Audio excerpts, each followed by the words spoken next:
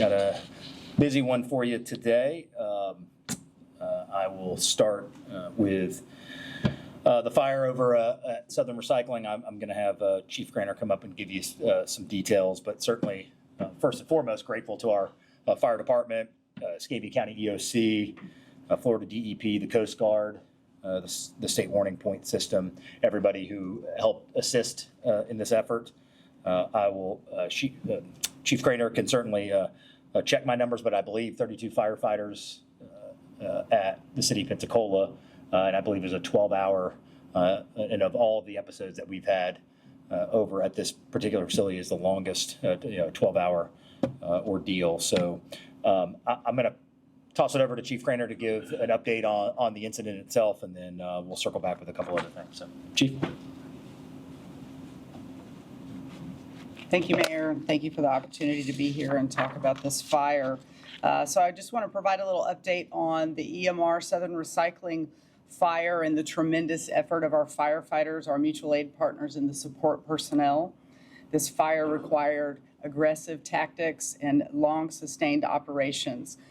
At 1:47 a.m. yesterday, our crews were dispatched to this facility. There was heavy fire involvement involving heavy metal, large scrap metal piles. There were dense smoke conditions and difficult operations within the facility, difficult operations accessing the facility.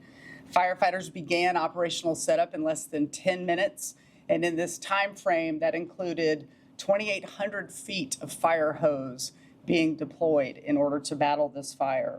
The large body of fire was mostly extinguished around 8 a.m., but we did remain on the scene until 2 p.m. yesterday, ensuring that all hot spots were contained. And I can report this morning, our fire marshal's office has been by there, and there is no smoke or steam emitting from this location. So for fireground operations, I'd like to say that, of course, our main priority are the safety of our firefighters, the safety of our community, the mitigating environmental impacts as we can. And we were able to have a Florida Department of Environmental Protection representative on site with us yesterday during fire operations. We also had the Coast Guard respond and evaluate the waterway. And I can't say enough about the work of our firefighters on this scene. Also, the facility operated 3 cranes to remove all of this metal debris so that we could get to these deep-seated areas of fire where the heat is just being contained and continuing to grow. And we will continue to work with our state and local partners as we continue to evaluate this fire, as we continue to look into the materials that were involved, possible ignition sources, the site conditions and operational factors that led to this fire. Our main goal is to prevent a fire like this from occurring again, and we will explore every option to do that. Can I answer any questions? Chief, what are the second go-around over there in recent years, what are the current lessons learned from your attack on that fire? And also, I think you mentioned it earlier yesterday, perhaps, where do we go with the fire marshal preventing that?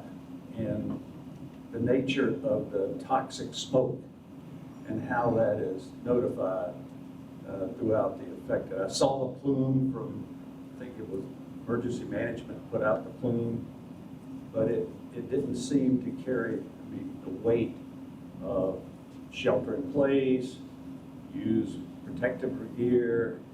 So what are the lessons learned from that type of fire? I'm going to try, John, to distill a lot of these questions that you have and answer all of them. So let me know if I missed one, okay? First of all, our primary notification involved letting the Florida Department of Emergency Management know, Florida Department of Emergency Management through our state warning point, also to let the FDEP know that we had this incident. So that's a primary notification for us. And then working with our emergency management agency, Escambia EOC, they developed that smoke plume for us because it's a fire that's burning. There's going to be smoke, just like if there were a house fire, This is just on a large scale. So if you were in that area around 2 or 3 in the morning, you did notice that there was a heavy volume of smoke in the area. We wanted to make sure that there weren't toxins that would require some type of shelter in place. And at that time, it was determined that that was not an important issue at that time. And because we were able to extinguish the fire or control the fire quickly, it took a long time to fully extinguish. So the main concern were just the particulates in that smoke, and anyone with asthma or any kind of respiratory issue understanding what those hazards were and avoiding. And so that was released by emergency management and also by our city team. Lessons learned. So from the prior fire that we had there in 2024, our fire marshal's office worked with EMR and with the facility to make sure that they had off-site thermal imaging monitoring. And that is the notification for the fire, was by an off-site thermal imager detecting heat and making that 911 call to the fire department. Early notification for any fire is a priority for us. So it's just a deep-seated fire. Who knows how long it had smoldered before it activated that thermal imaging system. And when we get there and we begin, those 3 cranes provided by the facility, when we begin to move debris, oxygen hits those materials that are burning and rapidly increases the fire growth. Whose thermal imaging device is it? The city's or The facility. Southern Recycling? EMR, Southern Recycling. Okay. Yes, sir. And your fire station over there, they are specially trained for this type of response? Yes, all of our firefighters are trained for this type of response, and all of our fire apparatus have thermal imaging systems as well. So we're able to see handheld thermal imaging cameras. We're able to see heat signatures in different areas. And there were several locations and a few piles of heat that we were working through. Did you deploy the fireboat like you did last time? We did not, because the fireboat is out of service currently. We expect that the fireboat will be back in service in June. We're having some heavy maintenance done to it right now. Thanks, Chief. Yes, sir.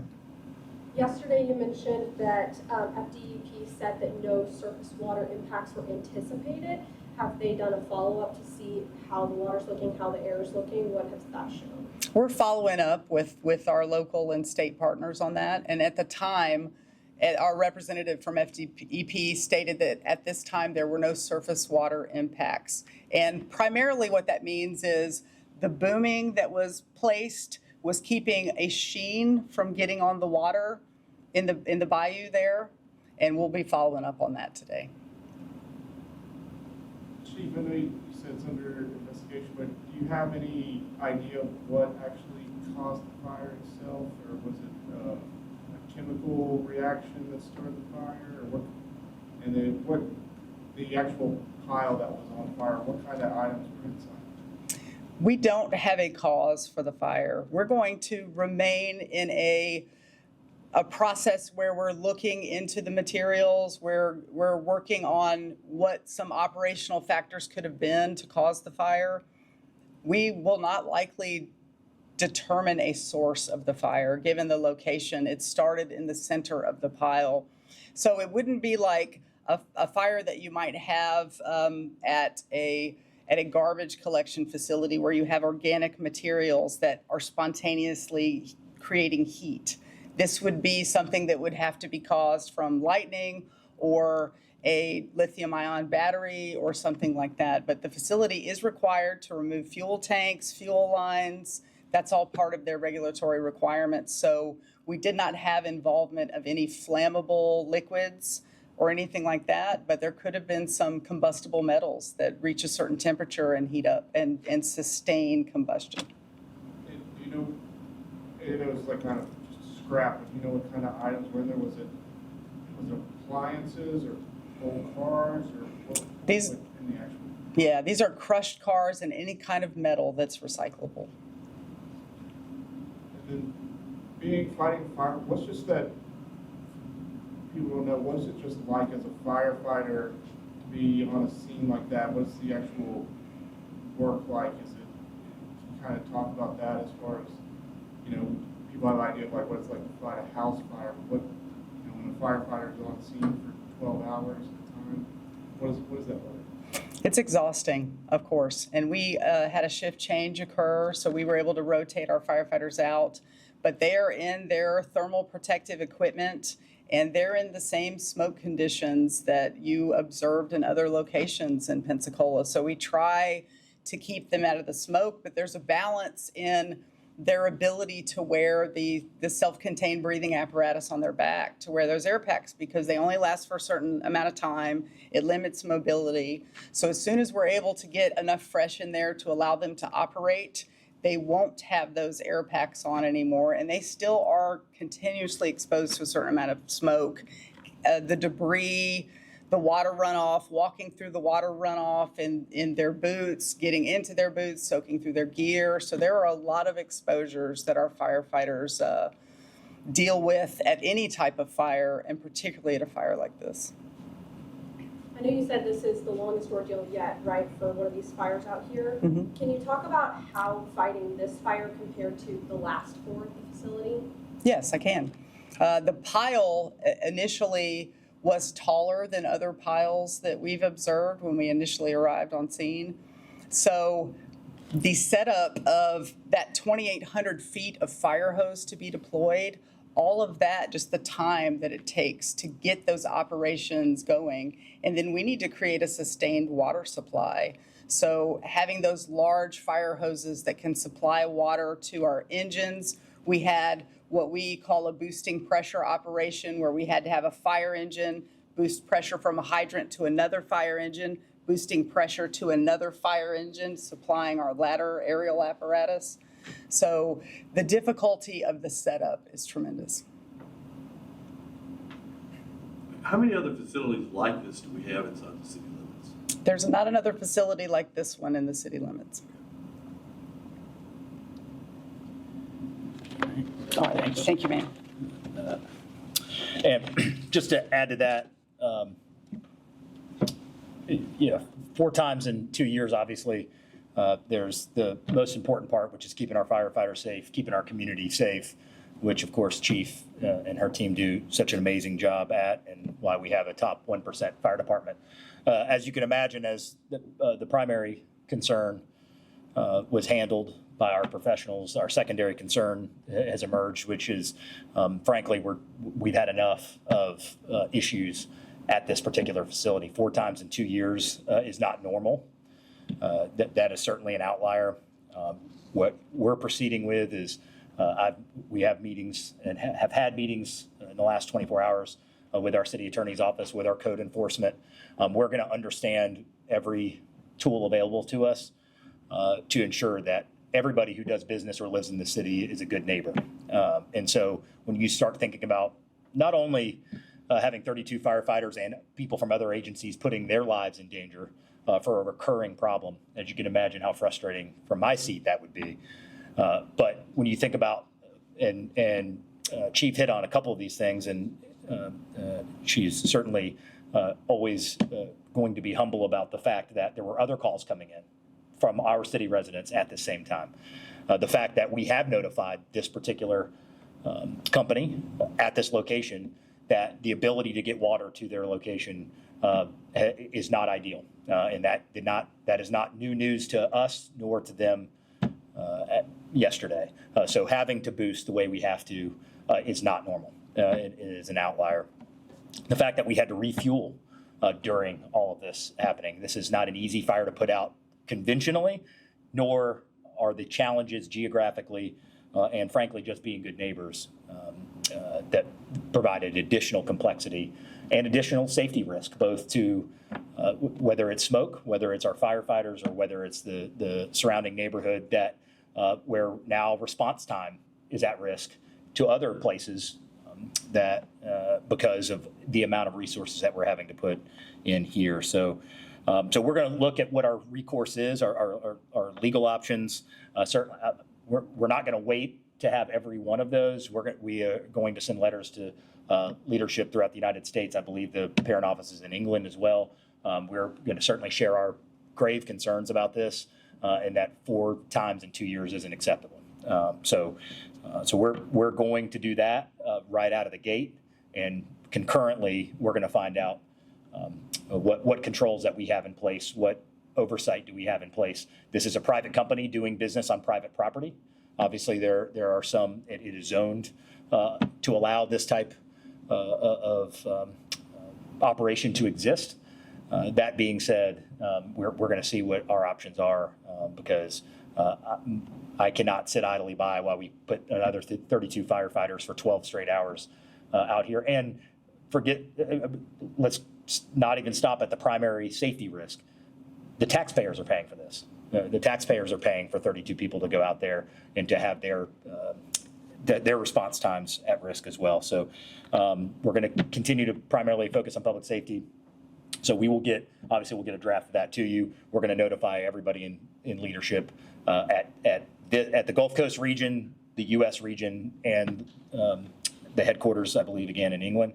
We're going to notify everybody of that, of what our concerns are, and then we're going to move forward with finding out exactly what our recourse and what our oversight options might be. So more to come on that. I guess a segue of something positive coming out of notifying our concerns. We had a very productive meeting with Lumos yesterday. That, if you recall, that is the contractor laying the fiber for T-Mobile. And I know you recall, you've seen it the same way I've seen it, that we've had consistent issues with the work being done in the right-of-way in front of front yards in our city, and it not being attended to, not being put back properly, sprinkler lines, sewer lines, all of those different things that drumbeat had gotten consistent enough for us to send a letter to leadership there and at AT&T as well. So we did have a great meeting with them, and I appreciate their tangible efforts that I'll tell you now that what they will be doing specifically with their installation that has changed.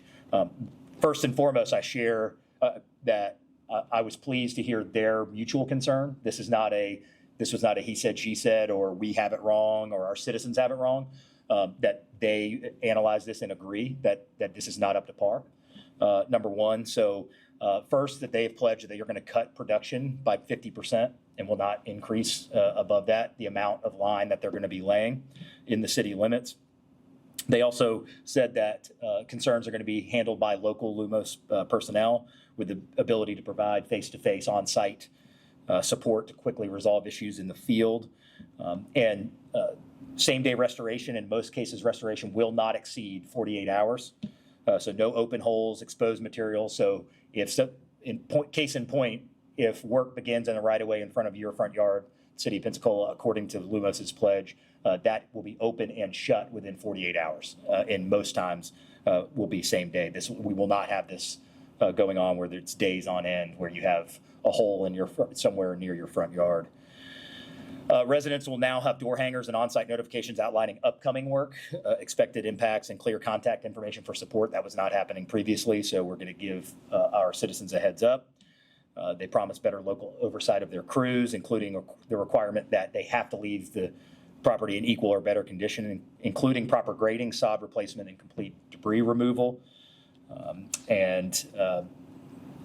Again, most importantly, I think understanding that they see this as a concern, that they're going to be slowing the aggressiveness of their work and being much more meticulous about making sure that our citizens are taken care of is certainly encouraging to me.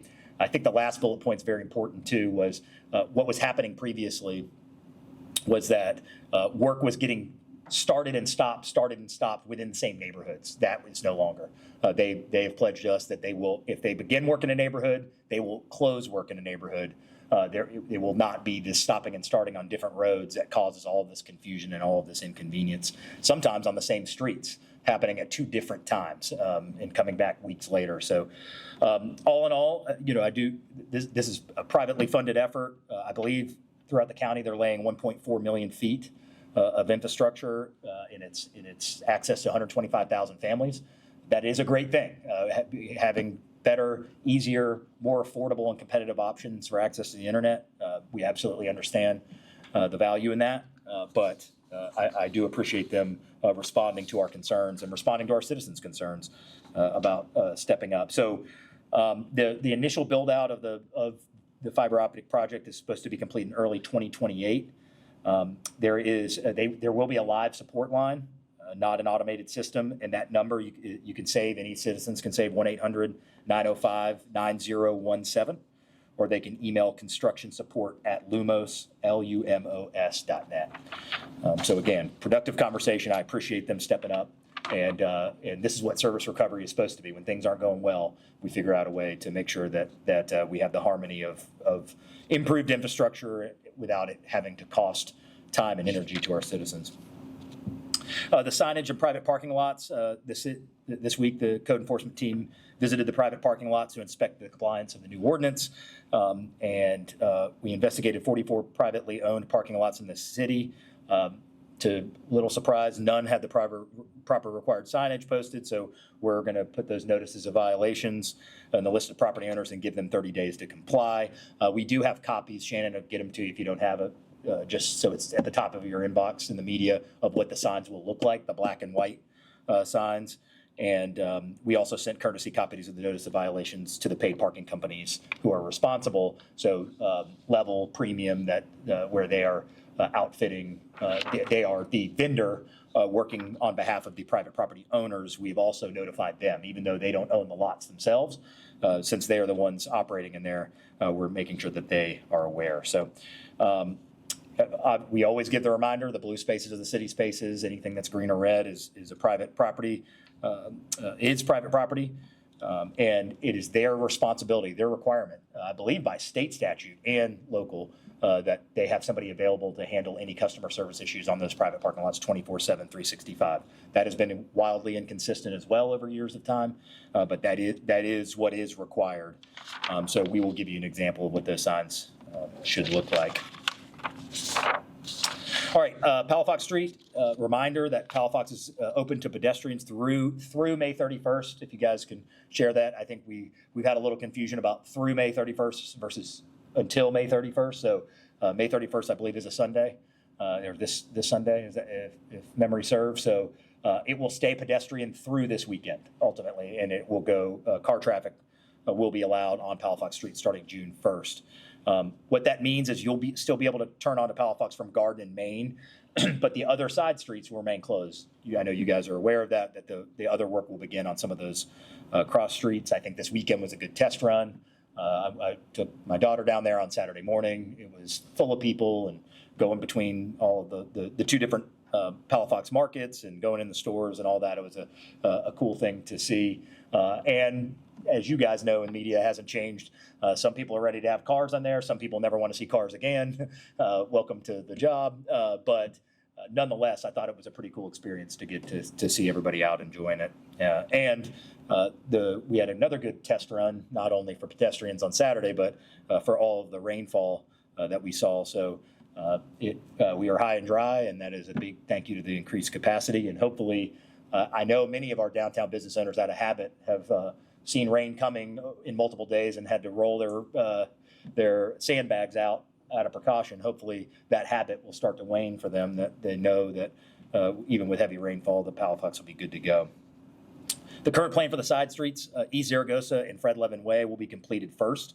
So we're going to start from the south cross street, followed by Romana and Intendencia, which will be the northernmost. So you can see we're going to alternate.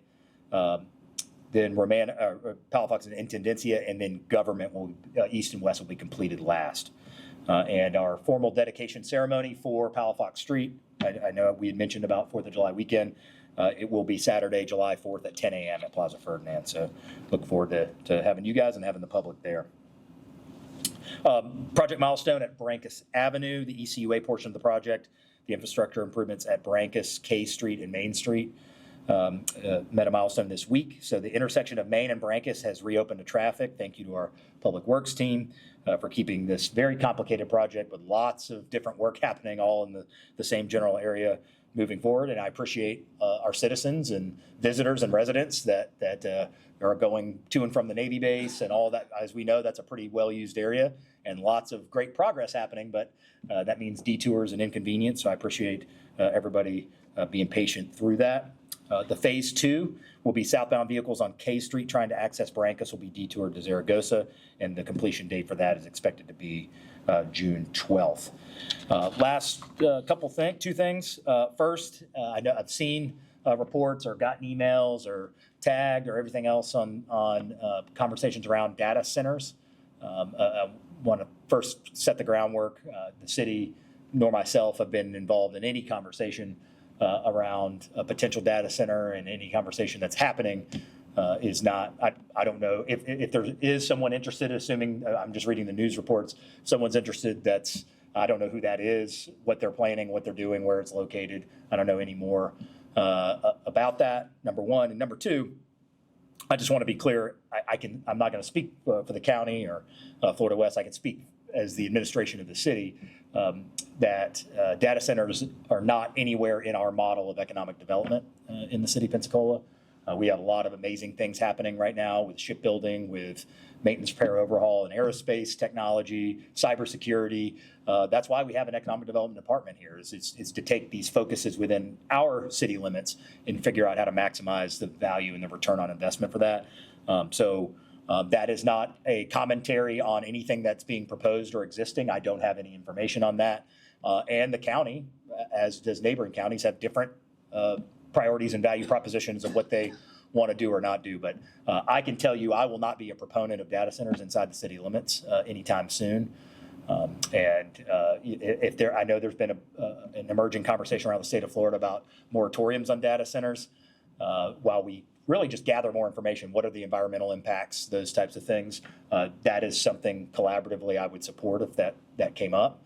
And lastly, if something goes in the county, or anywhere in the neighboring area that could have a potential environmental impact on the city of Pensacola, we are going to be hyper aware of any progress on that.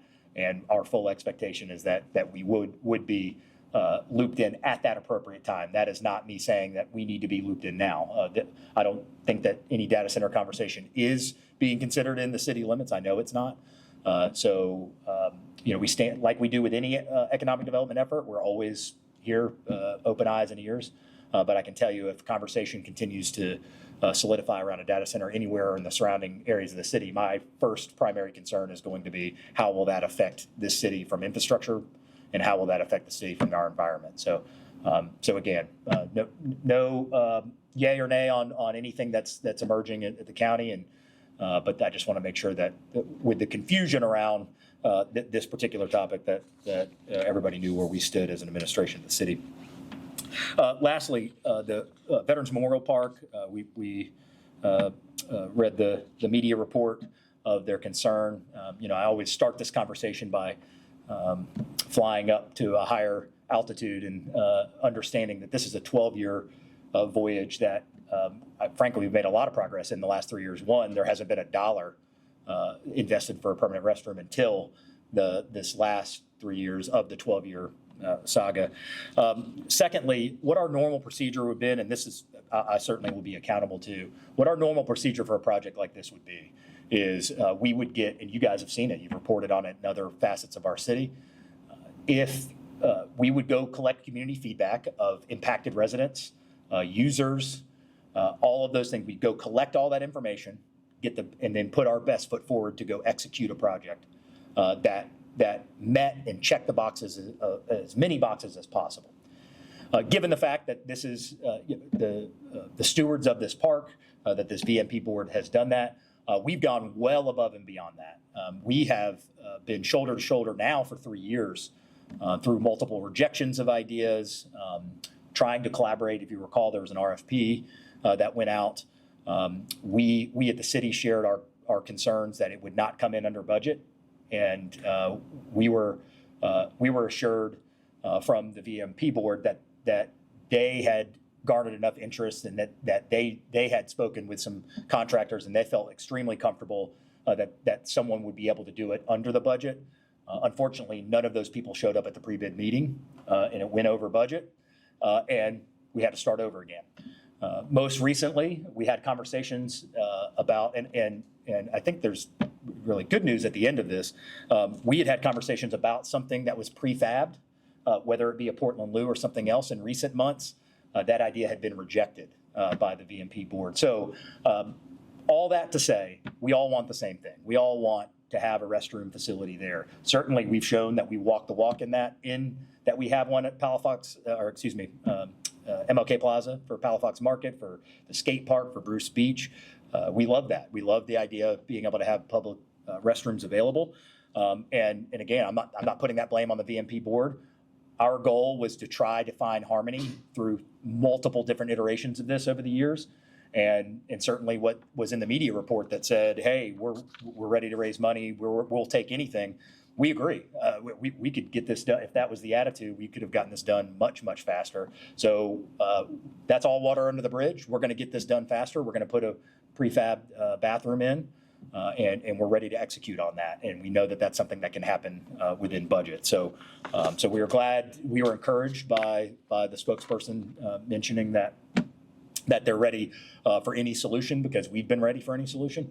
And I have 1,000% confidence that our Public Works Department, our team that's on top of this, will get this bathroom executed, and we're going to land where we all want to land, which is that certainly we want veterans that are enjoying our parks, and more specifically, Veterans Memorial Park, to be able to have the facilities that they need. So looking forward to getting that done and executed, and move forward with exhausting the funding of the project. So that is everything I've got. I know it was long. Sorry. Thanks for bearing with me on that. And happy to take your questions. Mayor, on Palafox, how much longer will you keep the free parking? Yeah. So our initial conversations now have been given the time of year, and given the fact that there's still going to be, while more minor, there's still going to be some parking closure inconvenience. We think that we're going to probably just adapt any changes and modifications to the how parking works in the budget process, which ultimately, to answer your question, that if that were to be the way we go, then that means it would be October. Technically, it would be October 1st, the new fiscal year, and that kind of times out pretty well with getting kind of both down the road infrastructure-wise of trying to keep it convenient when things are inconvenient downtown, as well as to give us plenty of runway to roll out some potential modifications that should make life easier on both our city residents and surrounding residents. And so, for example, we're talking about expanding the senior permits that they had just started, of course, and then we went into free parking. But to get people signed up and notified and knowledgeable about permits, it takes a little time, right? And so this calendar will allow that time for us to, so we will be obviously making public what those modifications are going to be. And Council President Patton and I have been working on this directly. So as our Parks team, Amy Miller, we've had several meetings about this. And fortunately, we now have more than a year of paid parking data under the current rules that allow us, and we've got thousands and thousands and thousands of cells of data, hour by hour, zone by zone, to know exactly how things are working and where our inefficiencies are. So we're going to take a look at that. Nothing is solidified yet, but I can give you some anecdotal examples of things we're looking at. Senior permits, we're talking about expanding not just to city residents, but to all seniors, where it would be $10 a month. It's on your license plate. You can get out like you're parking in your own driveway. You don't have to get a phone out. We know that's a big pain point, especially for some of our seniors. And so that is something that I expect will be part of the rollout. So when we say rolling out new rules, it's not that there's going to be wildly different changes to zones or hours, but it's trying to take the data that we have and make this as harmonious as possible. We still need to be able to pay for a parking garage that we need and be able to turn these dollars and reinvest them in the city. 80% of those dollars coming from people who don't live in the city. But we want to take the data we have and do what I always say we're going to do. If red light cameras aren't having the impact that we need them to have, then it's our job to not have an ego about it, and we're going to modify it and make it make sense.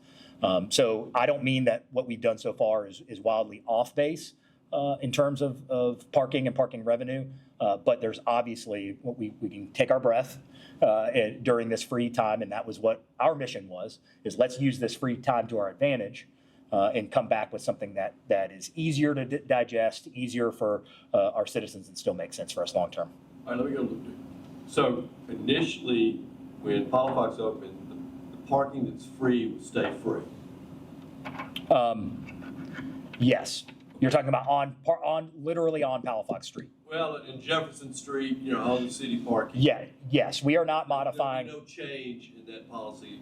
That's at the correct. moment. That's correct, because what we don't want to do, the worst thing you can do, even if you're making good policy change, is to be doing it every 3 months. Right. So we're trying to kind of hold that all in. It's not that we couldn't make an argument to do that, but we felt like it was net better to have ultimate clarity that if we said, hey, sometime around October 1st, here's the new permits, here's the this, and we can spend 2 or 3 months educating everybody, we feel like that is the way to go versus jumping. The parking on Palafox itself will be free initially. That's correct. Okay. All right, 2 other questions. Even though we don't have access to go east and west on the intersections on South Palafox, there's still 4-way stops. Yes, I believe so. I'm looking at Adrian, wondering if she wants to come up here. My technician over here, but I would assume it would be well, I guess it would be a 2-way stop. Yeah. It still would be. Yes. All right. Yeah. Will Government Street be open to east-west traffic? Adrian, why don't you come on up? Rick's getting technical on us, and I need him to make sure we answer this correctly. It's where I drive. That's right.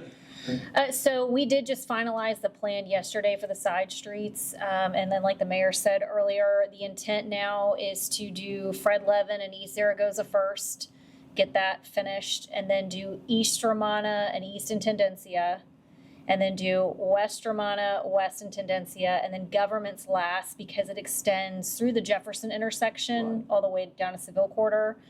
I need to double check, but I think the intent was to keep those side streets closed just to not have confusion about vehicular movement. You might not, but some people might.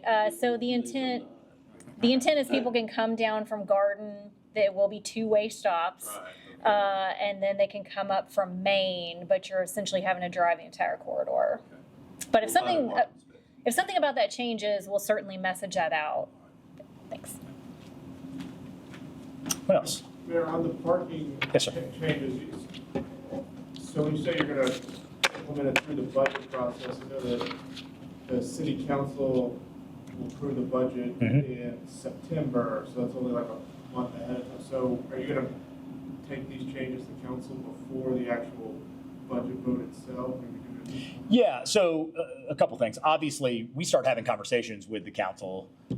First and foremost, the council president and the sitting council member of the paid parking district we are working in tandem with. She's working at the staff level with me. I mean, we're side by side on what we formulate, which has not been finalized at this point. So I have some confidence in that aspect that certainly anything that we're going to be rolling forward, even during the budget workshop process, which is probably right around that time frame where we will make that kind of bulleted list of modifications and improvements publicly known, right? I mean, that's really our deadline in terms of having our policy in order. Yeah, so thereabouts. So then that gives us July, August, September, and then technically, of course, into October 1. So this is not a scenario where, we're going to be holding that back until there's the actual vote on the budget. We would be talking about it, I'm sure, at length. I'll probably be sitting exactly where you're sitting, during this budget workshop where we're going to talk through all of that. And so we should have time to acclimate. Yes, it will be pending council approval, but that's not an outlier of saying, hey, this is what we're bringing forward to council and assuming that it has a vote. But we will have certainly, out of respect to the council, we will have gauged their temperature both individually and through the budget workshop process, that if they had any grave concerns about that.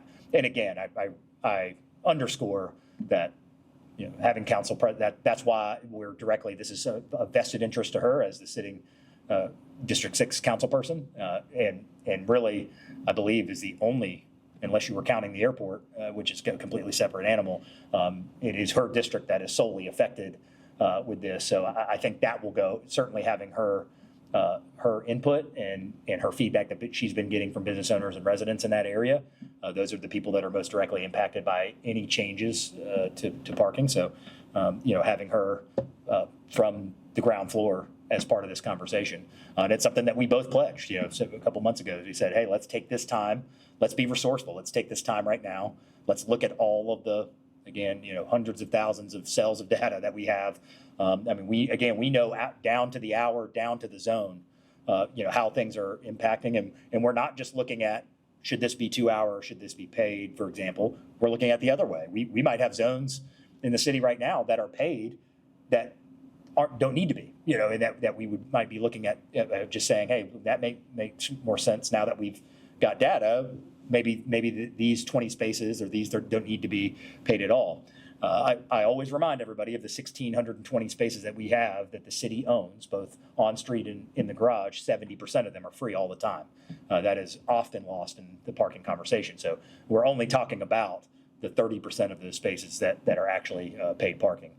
So anyway, more to come on that, but it will be more publicly known, and yes, it will require that vote, but I certainly hope that all of our open conversations with council members and with Council President Patton would allow us some runway to acclimate our citizens. Anything else? Yes, sir. Local option sales tax. Jim's reporting this morning sort of reminded me that a chunk of that is allocated to economic development. Mm-hmm. So, Mayor, what would be the risk to your economic development program should LOST go away? First, I'll give the general thoughts. I actually sent a text to Commissioner Barry after his comments during the ECT. What I said to him is I couldn't have said it better. I couldn't agree more with what Commissioner Barry said about creating confusion around ECT, therefore causing what would be absolute, I think apocalyptic was his word, which is, I would echo, that if there was any type of negative impact to LOST. I know all the rules. We can't advocate for anything. I'll educate everybody that pretty much if you've ever called the police department before, you can pretty much bet that vehicle that showed up at your house was paid for with LOST. If there's a park you've used in this city, not all of them, or community center, not all of them, but many of those were funded with LOST. As it pertains to our economic development efforts, understand that uniquely as mayor, lots of LOST4 had waved bye-bye by the time I've gotten into this office. So I would reframe your question, John, and say we probably have even more economic development opportunity with an LOST5 versus what has been left in these final couple of years in the city of LOST4. How I can educate our citizens is that LOST is mission critical for public safety, mission critical.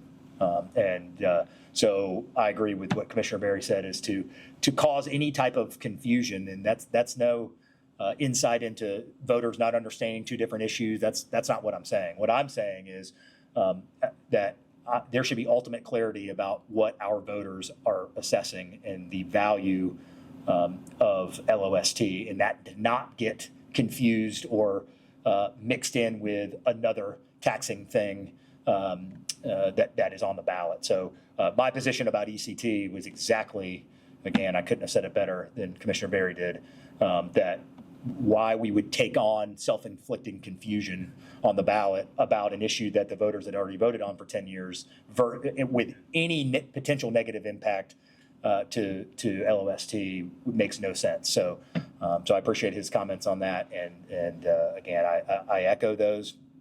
And in terms of economic development, us having more tools in our tool belt, I'm very proud of our port and our airport and our economic development office of what we've gotten done in 3 years. I mean, we have transformational projects happening across all of these different assets. So we are really grateful and proud of that. And certainly having LOST would only help catalyze additional growth. You've seen what we've been able to do without really a lot of LOST $4. I think we'd really be able to hit hyperdrive and cybersecurity. The next big challenge to us, John, in economic development is training the people to take these jobs. If we want 2,000 jobs at Birdon, we want Pensacolians in them. We want jobs at ST to continue to fill, as I believe we just got substantial completion yesterday on Hangar 3. out at the airport. So I don't know, it may not open until later in the fall, but with the apron and everything else. But we want that hangar filled with Pensacolians. And so that is my, moving forward, my major primary focus. Now, if getting Bird On done, American Magic is done, ST continues to grow.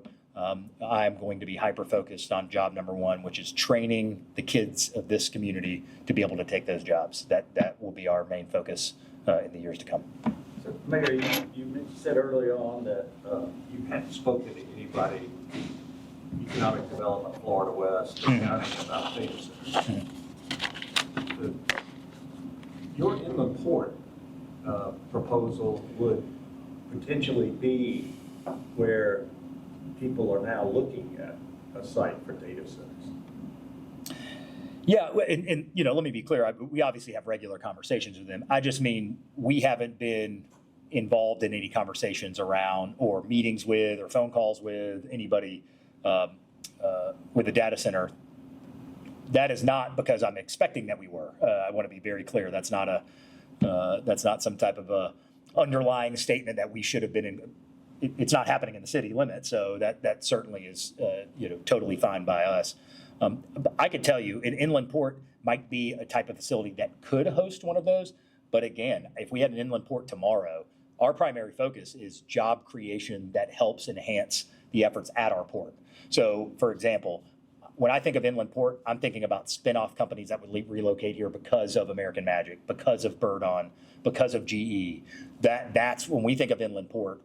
We want to have a landing space because it would be short-sighted to say, man, it's great, let's celebrate these 2,000 jobs. What if we could generate another 1,000, another 1,500? I was encouraged to hear, I know GE's changing some of the lines of what they're working on up off Scenic Highway.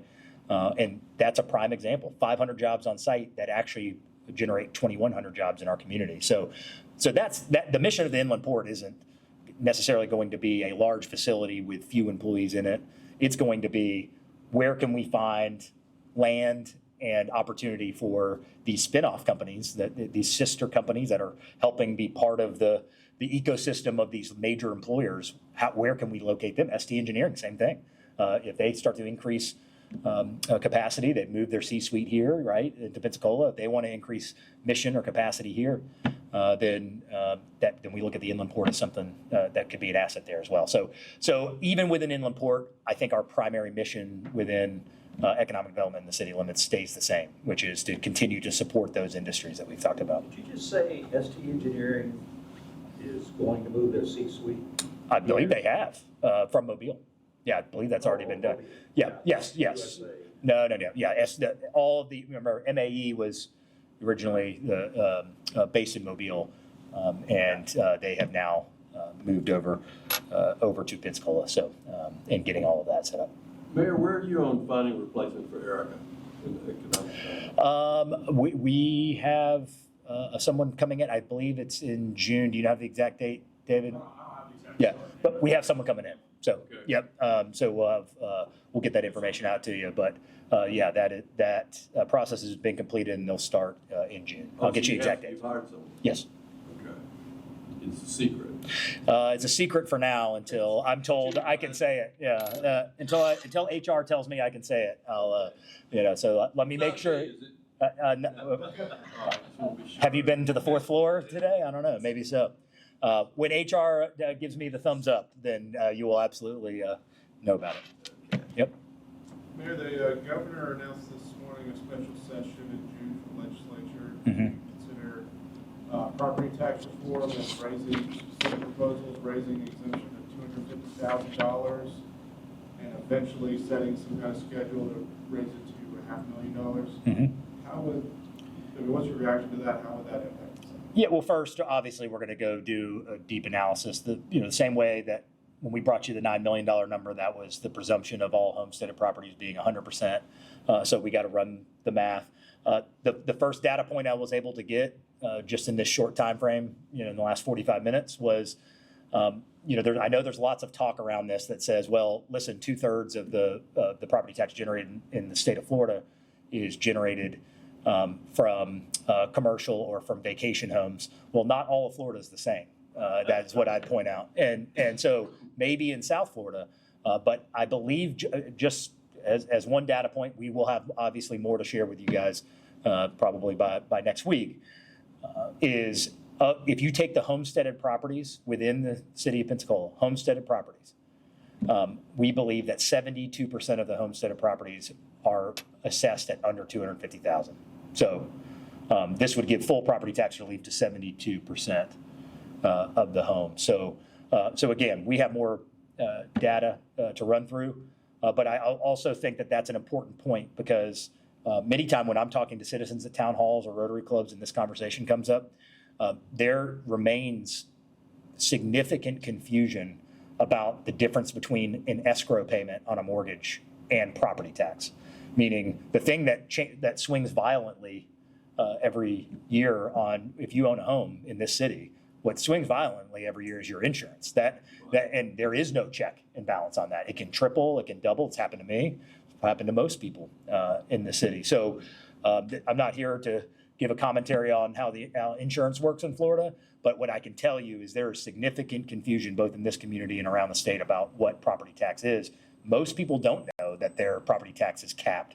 So the reason I share that number of saying 72% of homes are are assessed at less than $250,000, that's an important data point because someone may hear that and say, there's no way that is accurate because of the price of homes now. What do you mean, Mayor? The houses are $400,000 plus, $500,000. We're seeing home prices rise. How is that possible?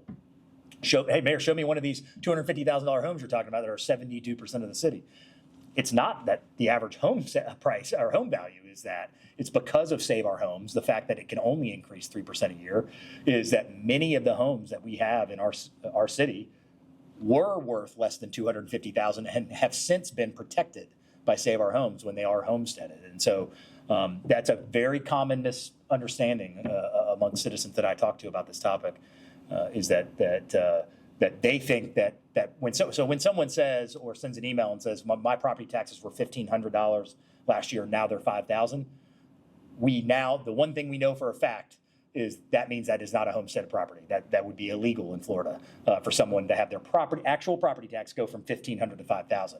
I think we all know what they're saying. What they're saying is my home insurance tripled, and they know, and we think that that's actually property tax. So I certainly recommend look at your bill, and you can see what that if you have been homesteaded, look at the actual value of of your home and the assessed value of your home, of what you're being taxed at versus what the actual value of your home is. So we're going to analyze all of that. We'll get those numbers to you guys on what that potential impact would be of $250,000. Obviously, that's going to be top of mind for us and something that we're going to be monitoring closely moving forward. Mayor, you were going off the conversation about economic development earlier. Obviously, e-dates are a big economic development tool. Yes. In a world where property tax is in commercial property, it's already kind of a tough sell politically to get an e-date through. Right. How would that go play out in the future? Does it kneecap economic development? It hurts it, right? Because then now, I'll just use the most applicable example. If someone were to buy the Grand Hotel and the CRA were to give an abatement over a certain amount of time, well, if you're now having to figure out how to fund other things, I mean, naturally, if the pool of dollars is going to be decreasing for us to provide public safety, infrastructure, and everything else, then each one of those dollars as a leveraging tool becomes harder to give up. So that's more philosophy than a specific example. But if someone were to call and say, hey, we want a tax abatement for 15 years or 20 years on the Grand Hotel to save the train station and do this, that, and the other, then having the backdrop of a significant cut to other things means that we're going to have to pick up somewhere else or cut things. I mean, that's on the table, right? I mean, if we have if that means, and certainly my intent, if we got there, would be an open conversation with our community about, listen, if there's services, if we're taking a multi-million-dollar recurring cut and there's services, we'll look at every option that we have, like we would, if there's a cut or there's not a cut, we're the steward of the taxpayer dollar. We're going to look at every option available to us to work within the budget that we have. But if you're talking about a multi-million-dollar recurring cut to a budget, you cannot have that conversation without there being very realistic things on the table that just say, well, is this something that the city isn't going to provide anymore, or is this something that, and so it's way too early to speculate on what that is. But certainly if this moves forward, that's going to be something that we're going to have to get our head around internally, but that's going to have to be something that we're going to get our head around, as a community, that whatever that is being provided as services, as infrastructure and things like that, what we would be willing to give up on. And those are going to be conversations that we would have very openly with our community. We may say, here's 4 or 5 scenarios of how we would withstand this cut. Let us know, hey, you're the citizens, this is your dollars. You tell us, which of these options, I wouldn't take a scenario like that off the table, that we would come back and say, here's what we can try to do to make up for this property tax relief. Anything else? All right, guys, thank you so much.